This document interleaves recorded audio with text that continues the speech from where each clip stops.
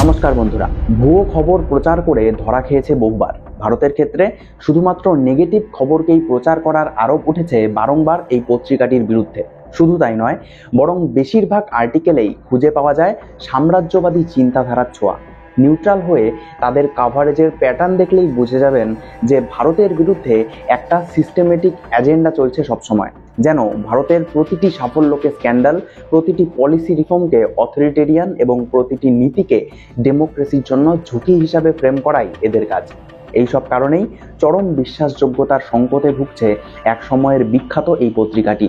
নাম Washington post. অতীতে বুদ্ধিজীবীরা এই পত্রিকার প্রতিটি শব্দকেই ধ্রুব সত্য মেনে নিত, তবে এখন আমেরিকার এই পত্রিকার রিপোর্টকেই ভুয়ো বলে ফেক নিউজ WAPO ট্রেন্ড চলছে সোশ্যাল মিডিয়ায়। কারণ সাম্প্রতিক তারা ভারতের LIC আর আদানি গ্রুপকে নিয়ে একটা চাঞ্চল্যকর রিপোর্ট প্রকাশ করেছে। কিন্তু এই রিপোর্টে এত বড় বড় গোলমাল আর এত মিথ্যে এবং আনভেরিফাইড তথ্য আছে যে সোশ্যাল মিডিয়া জুড়ে তোলপাড় শুরু হয়ে গেছে। এমনকি LIC নিজেও এই রিপোর্টকে সম্পূর্ণ মিথ্যা আর ভিত্তিহীন বলে উড়িয়ে দিয়েছে। তাই লাইক সাবস্ক্রাইব করে সঙ্গে থাকুন, কারণ এদের বিরুদ্ধে যখনই কাউকে কিছু বলতে যাবেন তখন তাদের পাল্টা প্রশ্নের জবাব দেওয়ার জন্য এই ভিডিওতে আমি আলোচনা করব যে LIC এবং আদানি সম্পর্কে তারা ঠিক কী রিপোর্ট ছেপেছিল, কিভাবে এই চক্র ভারত বিরোধী রিপোর্টিং করার জন্য বিখ্যাত, ভারতীয়দের কেন এইসব রিপোর্টকে এত দাম দেওয়া উচিত নয়, এবং কিভাবে বারংবার ভুয়ো খবর ছেপে ক্ষমা চাইতে বাধ্য হয়েছে এরা। 24শে অক্টোবর ওয়াশিংটন পোস্ট একটা চাঞ্চল্যকর আর্টিকেলকে প্রকাশ করে। তাদের দাবি ছিল যে মোদী সরকার নাকি LIC-কে চাপ দিয়েছে $3.9 বিলিয়ন, মানে প্রায় 33,000 কোটি টাকা আদানি গ্রুপের কোম্পানিগুলোতে ইনভেস্ট করতে। তারা বলে মোদী সরকার, ফিনান্স মিনিস্ট্রি, LIC এবং নীতি আয়োগ সকলে মিলে 2025 সালের মে মাসে একটা গোপন প্ল্যান তৈরি করেছিল আদানি গ্রুপকে বাঁচানোর জন্য। রিপোর্টে আরও বলা হয়, যখন আদানি গ্রুপ আমেরিকার কোর্টে মামলায় জড়িয়ে পড়েছিল এবং তাদের ঋণের বোঝা 20% বেড়ে গিয়েছিল, ঠিক সেই সময়ে এই পরিকল্পনা করা হয়েছিল। ওয়াশিংটন পোস্ট দাবি করে এই পরিকল্পনা অনুযায়ী LIC-কে আদানি পোর্টস এবং আদানি গ্রিন এনার্জির বন্ডে প্রচুর টাকা ঢালতে বলা হয়েছিল, এবং সেই মতোই যখন 30শে মে আদানি পোর্টস 5,000 কোটি টাকার বন্ড ইস্যু করে, সেটা LIC একাই কিনে নেয়। তবে এই রিপোর্ট প্রকাশের পরের দিনই অর্থাৎ 25শে অক্টোবর LIC এই রিপোর্টকে ভুয়ো বলে একটা শক্ত বিবৃতি দেয়। LIC স্পষ্টভাবে বলে যে এই রিপোর্ট সম্পূর্ণ মিথ্যা, ভিত্তিহীন এবং সত্যের থেকে অনেক দূরে। LIC জানায় এমন কোনো ডকুমেন্ট অথবা প্ল্যান তারা কখনোই তৈরি করেনি যা আদানি গ্রুপে টাকা ঢালার রোডম্যাপ দেয়। LIC আরও পরিষ্কার করে বলে তাদের সমস্ত ইনভেস্টমেন্ট ডিসিশন স্বাধীনভাবে নেওয়া হয় বোর্ড অনুমোদিত নীতি অনুযায়ী, এবং খুবই ডিটেইলড ডিউ ডিলিজেন্স করার পরেই কোনো সিদ্ধান্তকে নেওয়া হয়। ফিনান্স মিনিস্ট্রি বা অন্য কোনো সরকারি সংস্থা এই সব সিদ্ধান্তে কোনো ভূমিকাই রাখে না।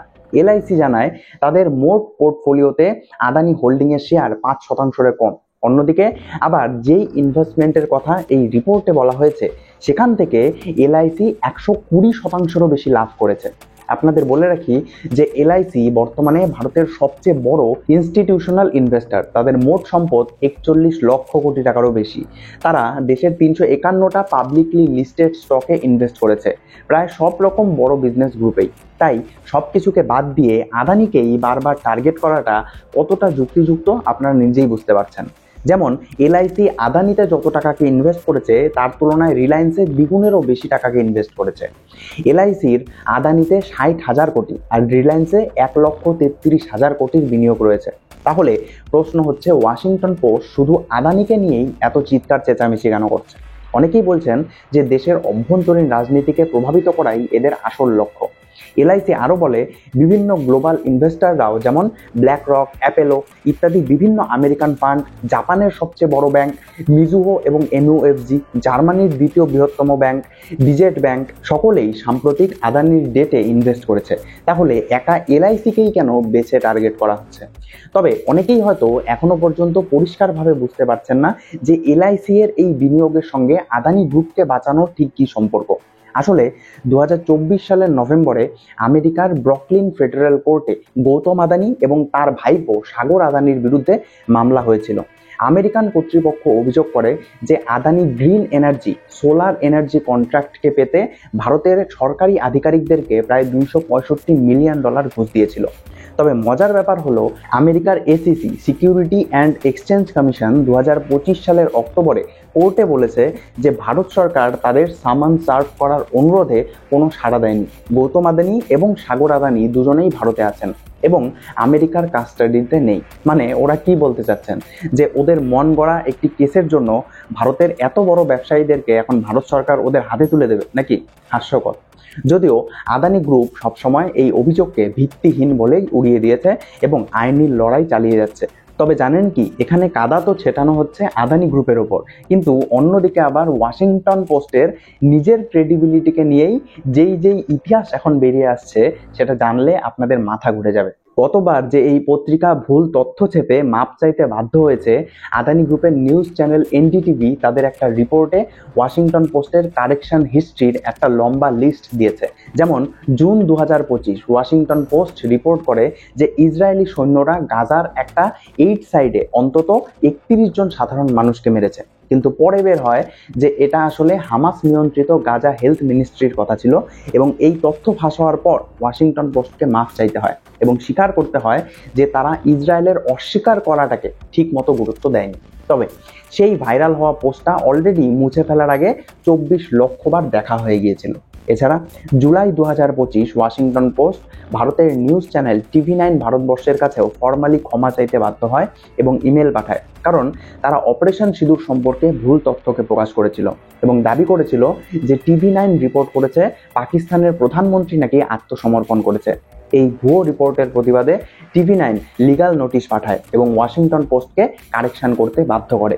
এছাড়া ওয়াশিংটন পোস্ট 2017 এবং 2019 সালে প্রকাশিত দুটো স্টোরি থেকে বিশাল অংশকে মুছে ফেলতে বাধ্য হয়। এই স্টোরিগুলো ছিল ট্রাম্প এবং রাশিয়া কানেকশন সম্পর্কে স্টিল ডসিয়ার নিয়ে। যখন জানা যায় যে মূল সোর্স ইগোর ডানচেনকো মিথ্যা কথা বলেছিল এবং তাকে চার্জ করা হয়, তখন ওয়াশিংটন পোস্টের এক্সিকিউটিভ এডিটর স্বীকার করেন যে তারা আর সেই স্টোরির অ্যাকুরেসির পক্ষে দাঁড়াতে পারবেন না। এমনকি আগস্ট 2019 সালে তো ওয়াশিংটন পোস্ট তাদের একটা স্টোরিতে 579 শব্দের কারেকশন দিতে বাধ্য হয়, যেটা স্টোরির মোট দৈর্ঘ্যের 1/5 বেশি। এমনকি কারেকশনটা 15টা বুলেট পয়েন্টে সাজানো ছিল। স্টোরিতে নাম ভুল লেখা, বাচ্চাদের সংখ্যা ভুল, তারিখ ভুল, সোর্সের কোড ভুল, বলতে গেলে ঠিক কম ভুলই বেশি। এক্সিকিউটিভ এডিটর মার্টি ব্যারন বলেন, আমরা এই ফ্রিল্যান্স আর্টিকেলের ব্যাপক ভুলের জন্য লজ্জিত। এমনকি সাম্প্রতিক প্রকাশ করা এই আদানি LIC রিপোর্টেও সোশ্যাল মিডিয়ায় ভারতীয়দের সেন্টিমেন্ট একদম negative. Fake news WAPO hashtag ব্যাপক ট্রেন্ড করছিল। মানুষ প্রশ্ন তুলেছেন, ওয়াশিংটন পোস্ট কি আসলেই সাংবাদিকতা করছে নাকি ভারতের বিরুদ্ধে জিওপলিটিক্যাল ন্যারেটিভকে তৈরি করছে? অনেক বিশ্লেষকই মনে করেন যে শুধু ওয়াশিংটন পোস্টই নয়, বরং ওয়েস্টার্ন মিডিয়ার একটা বড় অংশই ভারতের বিরুদ্ধে এরকম বায়াসড। তাদের কভারেজের প্যাটার্ন দেখলেই মনে হয় যে একটা সিস্টেমেটিক এজেন্ডা আছে। দ্য কমিউনিকেটর জার্নালে প্রকাশিত একটা বিস্তৃত স্টাডিতে 3000-এরও বেশি ভারত সম্পর্কিত আর্টিকেলকে রিভিউ করা হয়েছিল। New York Times, Washington post, Wall Street journal, Times এবং দ্য গার্ডিয়ান থেকে। সেই স্টাডিতেই ধারাবাহিক বায়াস পাওয়া গেছে। সমালোচকেরা বলেছেন, ওয়েস্টার্ন মিডিয়া কভারেজ প্রায়শই সাম্রাজ্যবাদী অ্যাটিটিউডকেই রিফ্লেক্ট করে এবং ভারতের স্বনির্ভর ইকোনমিক পাওয়ার হিসাবে উত্থানকে স্বীকার করতে চায় না এবং অনেক ক্ষেত্রেই ছোট করে দেখানোর চেষ্টা করে। কিছু অ্যানালিস্ট মনে করেন যে ওয়েস্টার্ন মিডিয়া ভারতের প্রতিটি সাফল্যকেই স্ক্যান্ডাল, প্রতিটি পলিসি রিফর্মকে অথরিটেরিয়ান এবং প্রতিটা নতুন নীতিকেই ডেমোক্রেসির জন্য ঝুঁকি হিসাবে ফ্রেম করার চেষ্টা করে। 2025 সালের মে মাসেও ভারতের অপারেশন সিঁদুরের সময়ে ওয়েস্টার্ন মিডিয়া কভারেজ পাকিস্তানের প্রোপাগান্ডাকেই বিনা ভেরিফাই করেই সমানে প্রচার করা হয়েছিল। এমনকি মার্কিন নাগরিকেরাও এখন সেখানকার সংবাদ মাধ্যমের খবরে বিশ্বাস করেন না। মাত্র 31% আমেরিকানরাই এখন মিডিয়াতে বিশ্বাস করেন। 36% মিডিয়ার উপর সম্পূর্ণ আস্থা হারিয়ে ফেলেছে। পার্টি হিসাবে দেখলে মাত্র 11% রিপাবলিকান মিডিয়া আউটলেটকে বিশ্বাস করেন এবং 58% ডেমোক্র্যাটরা করেন। সেপ্টেম্বর 2025-এ ভারতের security and exchange board SEBI Hindenburg research দ্বারা উত্থাপিত আদানি গ্রুপের বিরুদ্ধে স্টক ম্যানিপুলেশন এবং আর্থিক অসদাচরণের বেশ কয়েকটি দাবিকে খারিজ করে দেয়। সেবির তদন্তে রেগুলেটরি স্ট্যান্ডার্ডের কোনো লঙ্ঘন পাওয়া যায়নি। গুরুত্বপূর্ণভাবে গ্লোবাল ফাইন্যান্সিয়াল ইনস্টিটিউটগুলোও এখনো পর্যন্ত আদানি গ্রুপ কোম্পানিগুলিতে ইনভেস্ট ক্রমাগত চালিয়েই গেছে। যেমন ন্যারেটিভ তৈরির চেষ্টা করা হচ্ছে, তেমনই সবকিছুতেই যদি অনিয়ম থাকতো তাহলে এইসব বিদেশি কোম্পানিরা, যার মধ্যে অনেক মার্কিন কোম্পানি এবং ব্যাংকও অন্তর্ভুক্ত, তারা নিশ্চয়ই আদানি গ্রুপে এভাবে ইনভেস্ট করাকে চালু রাখতো না। তবে এটাও ঠিক যে এর মানে এই নয় যে আমরা সমস্ত খবরকেই অস্বীকার করা শুরু করে দেব, বরং এর অর্থ হলো এটাই যে আমাদেরকে সঠিকভাবে পর্যালোচনা করে তবেই কোনো খবরকে বিশ্বাস করা উচিত। সাথে সাথেই চোখ বন্ধ করে কোনো কিছুতে বিশ্বাস করে নেওয়া উচিত নয়। তবে এই বিষয়ে আপনাদের ঠিক কী মত সেটি অবশ্যই কমেন্টে জানাতে ভুলবেন না। এবং আপনাদের কাছে একটাই রিকোয়েস্ট, একটি লাইক এবং সাবস্ক্রাইব অবশ্যই করবেন, কারণ এটি আপনাদের জন্য সামান্য মনে হলেও এটি সত্যি আমাকে আপনাদের জন্য আরও এমন নতুন নতুন বিশ্লেষণাত্মক ভিডিও নিয়ে আসতে অনুপ্রেরণা যোগায়। দেখা হচ্ছে পরের ভিডিওতে। ধন্যবাদ।